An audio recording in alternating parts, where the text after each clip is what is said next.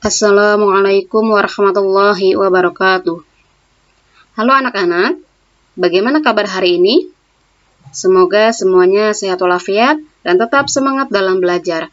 Baiklah, pada kesempatan ini kita akan belajar tematik, tema 4, subtema 1, dan alangkah baiknya sebelum kita belajar, marilah kita sama-sama berdoa. Bismillahirrahmanirrahim. Rabbi zidni ilman warzuqni fahman birahmatika ya arhamar rahimin. Silahkan ukhti dan akhi untuk membuka bukunya. Subtema 1 ini tentang peredaran darahku sehat. Kita masuk pembelajaran ke-1. Silahkan buka halaman 3. Mari kita mengenal organ peredaran darah manusia. Organ peredaran darah manusia terdiri dari darah, jantung, dan pembuluh darah. Yang pertama darah. Darah merupakan cairan di dalam tubuh. Darah terdiri dari sel darah merah, sel darah putih, plasma darah, dan kepingan darah. Darah dalam tubuh manusia berfungsi sebagai pengangkut sari-sari makanan dan oksigen ke seluruh tubuh dan sisa metabolisme ke alat ekskresi. Yang kedua, menjaga agar suhu tubuh tetap. Yang ketiga, membentuk antibodi atau kekebalan tubuh berupa sel darah putih dan sel darah pembeku. Yang kedua, jantung. Salah satu organ tubuh yang vital adalah jantung. Jantung merupakan salah satu organ peredaran darah manusia. Jantung berfungsi untuk memompa darah dan mengalirkan darah ke seluruh tubuh. Jantung terdiri dari 4 ruang, yaitu 2 serambi, serambi kanan dan serambi kiri, dan 2 bilik, bilik kanan dan bilik kiri. Jantung terdiri atas otot jantung, selaput jantung, dan selaput yang membatasi ruangan jantung. Yang ketiga, pembuluh darah. Ada 3 jenis pembuluh darah, yaitu yang pertama, pembuluh nadi atau arteri. Fungsinya membawa darah dari jantung yang disebarkan ke seluruh tubuh. Yang kedua, pembuluh vena atau pembuluh balik. Fungsinya membawa darah ke jantung.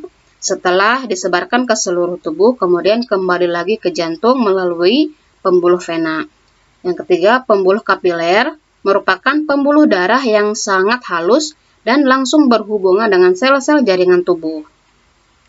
Selanjutnya, ada 2 macam peredaran darah manusia, yaitu peredaran darah kecil dan peredaran darah besar. Berikut skemanya. Yang pertama, peredaran darah kecil. Darah masuk ke jantung, kemudian masuk ke paru-paru, dari paru-paru kembali lagi ke jantung. Yang kedua, peredaran darah besar. Darah yang masuk ke jantung, kemudian dari jantung disebarkan ke seluruh tubuh, kemudian kembali lagi ke jantung. Sistem imunitas atau kekebalan tubuh manusia. Sel darah putih bertanggung jawab dalam respon kekebalan tubuh. Ada 2 macam kekebalan tubuh, yaitu yang pertama, kekebalan aktif, diperoleh karena tubuh membuat antibodi sendiri. Kekebalan ini meliputi kekebalan aktif buatan, misalnya setelah diberi vaksin, dan kekebalan aktif alami, misalnya setelah seseorang sembuh dari sakit. Yang kedua, kekebalan pasif. Kekebalan ini meliputi kekebalan pasif buatan, misalnya setelah mendapat suntikan ATS atau anti-tetanus serum. Yang kedua, kekebalan pasif alamiah adalah kekebalan yang diperoleh dari ibu selama masa kandungan dan pemberian ASI. Selanjutnya, silahkan buka halaman 7. Mari kita mencoba membuat mind map atau peta pikiran. Mind map disebut juga peta pikiran atau peta konsep. Mind map akan membantu kalian menjelaskan kembali gagasan-gagasan dalam sebuah teks dengan bahasa kalian sendiri. Untuk membuat mind map ini, tentu saja kita harus membaca terlebih dahulu isi teks dengan memahami gagasan-gagasan penting dalam teks tersebut. Kemudian, gagasan-gagasan penting tersebut kalian susun menjadi sebuah skema yang disebut dengan mind map. Selanjutnya, silakan buka halaman 8. Mari kita mengamati pantun berikut. Sebelum kita membaca pantunnya, alangkah baiknya kita mengetahui dulu apa itu pantun. Pantun merupakan salah satu jenis puisi lama yang sangat luas dikenal dalam bahasa-bahasa Nusantara. Pantun berasal dari kata patuntun dalam bahasa Minangkabau yang berarti penuntun. Dalam bahasa Jawa, pantun dikenal dengan parikan. Dalam bahasa Sunda, pantun disebut paparikan. Dan dalam bahasa Batak, pantun dikenal dengan sebutan umpasa. Lazimnya, pantun terdiri atas 4 larik atau 4 baris. Tiap larik atau baris terdiri atas 8-12 suku kata.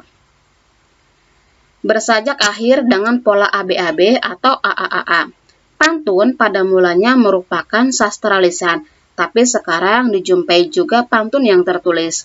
Ciri lain dari sebuah pantun adalah tidak memberi nama pengarangnya. Hal ini dikarenakan penyebaran pantun dilakukan secara lisan. Bentuk pantun terdiri dari 2 bagian, yaitu sampiran dan isi. Karmina dan talibun merupakan bentuk pengembangan pantun. Karmina merupakan pantun versi pendek, hanya terdiri 2 baris, sedangkan talibun adalah pantun versi panjangnya terdiri dari 6 baris atau lebih. Jenis-jenis pantun terdiri dari pantun adat, pantun agama, pantun budi atau tentang akhlak, pantun jenaka atau pantun humor, pantun kepahlawanan, pantun percintaan, pantun peribahasa, pantun perpisahan, dan pantun teka-teki. Berikut ini adalah contoh dari pantun.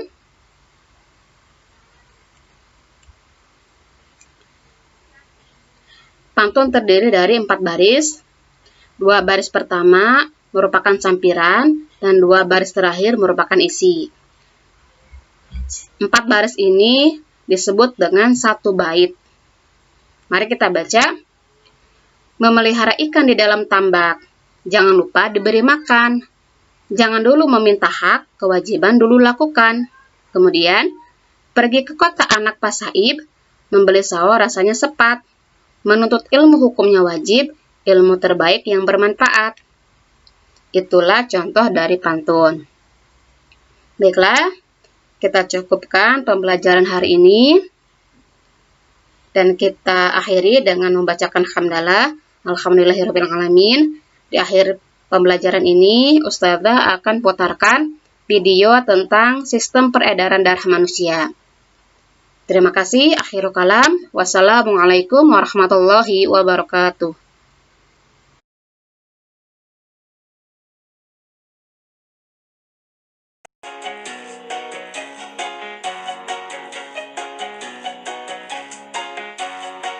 Organ peredaran darah manusia.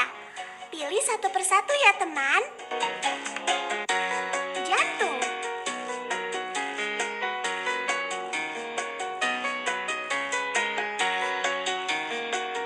serambi kiri, serambi kanan,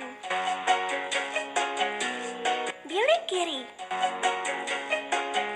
bilik kanan, katup,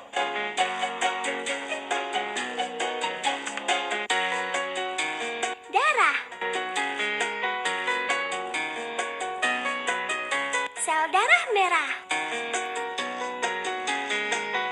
sel darah putih, keping darah, plasma,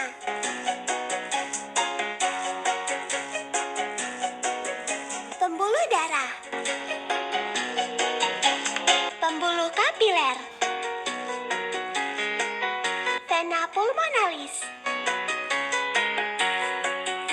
arteri pulmonalis, pembuluh arteri, pembuluh vena,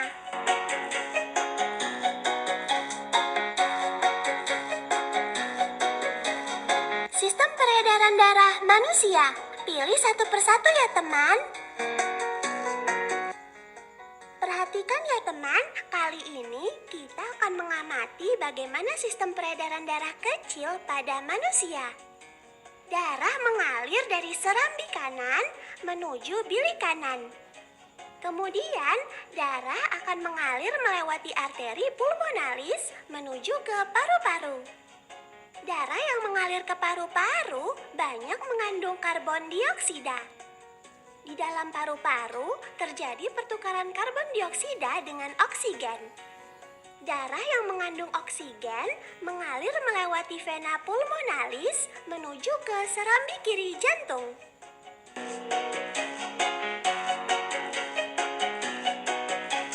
Perhatikan ya teman, kali ini kita akan mengamati bagaimana sistem peredaran darah besar pada manusia. Darah yang mengandung oksigen mengalir dari serambi kiri menuju bilik kiri. Kemudian, darah akan mengalir melewati arteri besar ke seluruh tubuh kecuali paru-paru. Di pembuluh kapiler tubuh terjadi pertukaran antara darah yang mengandung oksigen dengan darah dari sel-sel tubuh yang mengandung karbon dioksida. Darah yang mengandung karbon dioksida tersebut kemudian kembali lagi ke serambi kanan jantung melalui vena.